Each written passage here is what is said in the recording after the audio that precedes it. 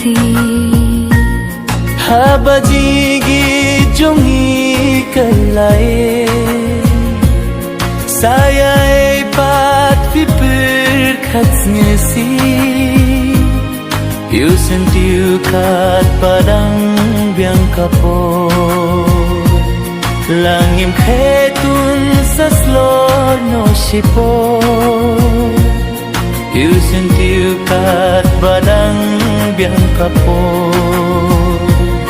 langim khetun saslo no shipo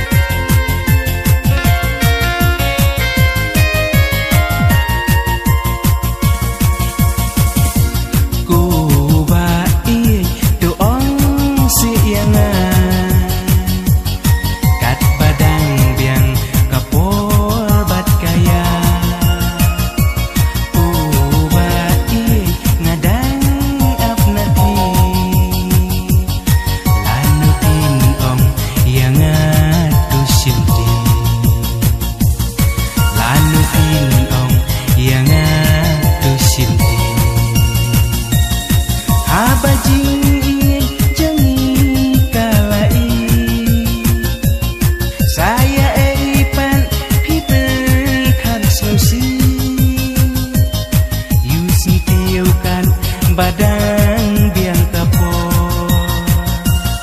langin hen un sasma no sipo you simpian badang biang kapo langin hen un sasma